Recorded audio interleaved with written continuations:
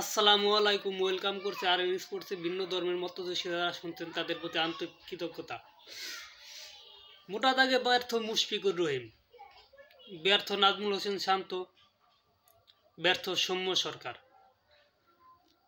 প্রথমে সৌম্য সরকারের কথায় আসি। দেখেন, সৌম্য সরকার আমার ওরকম ডাউট লাগে যে সৌম্য সরকার কি আসলে ফিট, ম্যাচ খেলার জন্য 100% ফিট আছেন তো? তার ফিল্ডিংয়ের সময় ওরকম মনে হয় না আমার। এরপরে মুশফিক ভাই টানা ব্যর্থ হয়ে যাচ্ছেন। কি ভাই এসব?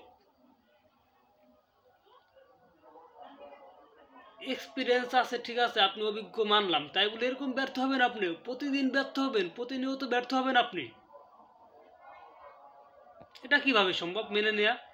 এটা তো মেনে নেওয়াও সম্ভব না। কিভাবে মেনে নেওয়া সম্ভব এটা? যাই হোক, এই কারণে হয়তোবা আর আর এই ব্যর্থ হওয়ার কারণে মুশফিকুর রহিম তার যে শাস্তি উপহার স্বরূপ সেটাও পেয়ে যাচ্ছে। হয়তোবা আগামী ম্যাচে তাকে ড্রপ করা হবে। রিয়াদ ভাই হয়তোবা তার জায়গায় সুযোগ পাবে। ভাই আপনি অভিজ্ঞ হতে পারেন, সমস্যা নাই, অভিজ্ঞ আছেন, কিন্তু আপনার রেসপন্সিবিলিটি নিতে হবে। আপনি যে সিনিয়র, সেই সিনিয়র দাম তো আপনার বজায় রাখতে হবে ভাই। এক্সপিরিয়েন্স দাম তো আপনার বজায় রাখতে হবে।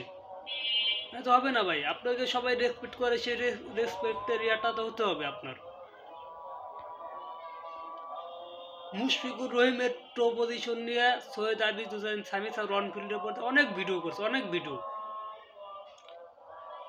কি জানি, হয়তোবা তাকে ওরকমভাবে মূল্যায়ন করে নাই তার বিশ্লেষণকে, যার কারণে হয়তোবা সে তার ইচ্ছে মতোই খেলে গেছে, ওরকমভাবে খেলে গেছে দেন এখন তার ফল পাইতেছে। বা একজন যখন অ্যানালাইজ করে তখন তো আর শুধু করে না। আর সামি স্যার একবার কোট করে এক্সাম্পল দেখায়, এরপরে সামি স্যার বিশ্লেষণ করে। আই থিঙ্ক সবাই করে, যেহেতু আমি সামি স্যারেরটা ফলো করি তাই সামি স্যারেরটা বলছি।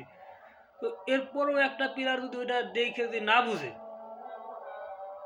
আমি মনে করি কি, ব্যক্তিগতভাবে মনে করি যে প্রত্যেকটা প্লেয়ারেরই ম্যাক্সিমাম 8 থেকে 10টা অ্যানালাইসিসের পেজে ফলো বা চ্যানেলে সাবস্ক্রাইব করে রাখা উচিত। কারণ অবশ্যই কোনো না কোনো অ্যানালাইসিস তার নিয়ে কথা বলবে, তো ওইখান থেকে দেখে তার যে ল্যাকিংসগুলো আছে সেগুলো সমাধান করা উচিত। বাট নো চেঞ্জ, তার ফলও পাইতেছে। অন্যদিকে সৌম্য সরকারও মোটামুটি ভালোই খেলছে, মানে ইনিংস হয়েছে কিন্তু ইনিংস ক্যারি করতে পারে না, ইনিংস বড় করতে পারে নাই। আমি জানি না সৌম্য সরকার আসলে ফিট কিনা। যদি ফিট না হয় তাহলে তার খেলা উচিত বলে আমি মনে করি না, এখন কেউ মনে করে না। রইল বাকি নাজমুল হোসেন শান্ত, তিনি ক্যাপ্টেন একে তো, দ্বিতীয়তে তিনি বিগত 2 বছরে মাহমুদুল্লাহ রিয়াদের পরে তিনি সর্বোচ্চ রান সংগ্রাহক গত 2 বছরে বাংলাদেশের হয়ে, এবং সর্বোচ্চ এভারেজও তার। তো সেই ক্ষেত্রে একটা ম্যাচ তার খারাপ যাইতেই পারে, এটা নিয়ে তাকে বিলেম দেওয়ার কিছুই নাই। আর অনেকেই তামিমের যে 25 বলে 25-এর পরে আউট হয়ে যাওয়া, এটা সবাই অনেকে সমর্থন করতেছেন। আমি খুব দেখছি যে নট আউট নুমানের প্রিয় ছত্রেও বড় ভাই নুমান ভাই একটা ভিডিওতে বলতে যে এটা মেনে নেওয়া যায় না ভাই।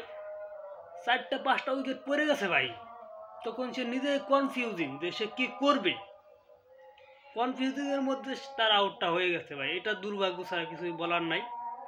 এই জন্যে দয়া করে প্লিজ কেউ তামিমকে ব্লেম করবেন না, তাকে ব্লেম করবেনই না দয়া করে। কারণ ওই সিচুয়েশনে তার মতো একজন তরুণ, একজন ব্যাটার, স্বাভাবিক ভাই। তো যাই হোক দর্শক, কমেন্ট বক্সে আপনার মন্তব্য মতামত জানাবেন অবশ্যই। আর অবশ্যই হ্যাঁ, আর একটা কথা, বাংলাদেশের আগামীকালকের ম্যাচের প্লেইং 11 কেমন হবে,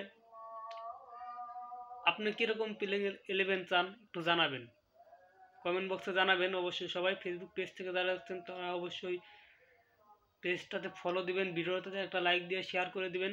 ইউটিউব চ্যানেল থেকে যারা দেখছেন তারা অবশ্যই চ্যানেলটা সাবস্ক্রাইব করে দিবেন এবং বেল বাটনটা অন করে দিবেন, যাতে সকল মুহূর্তে সমস্ত আপডেট আপনার কাছে পৌঁছে যাবে। ধন্যবাদ সবাইকে।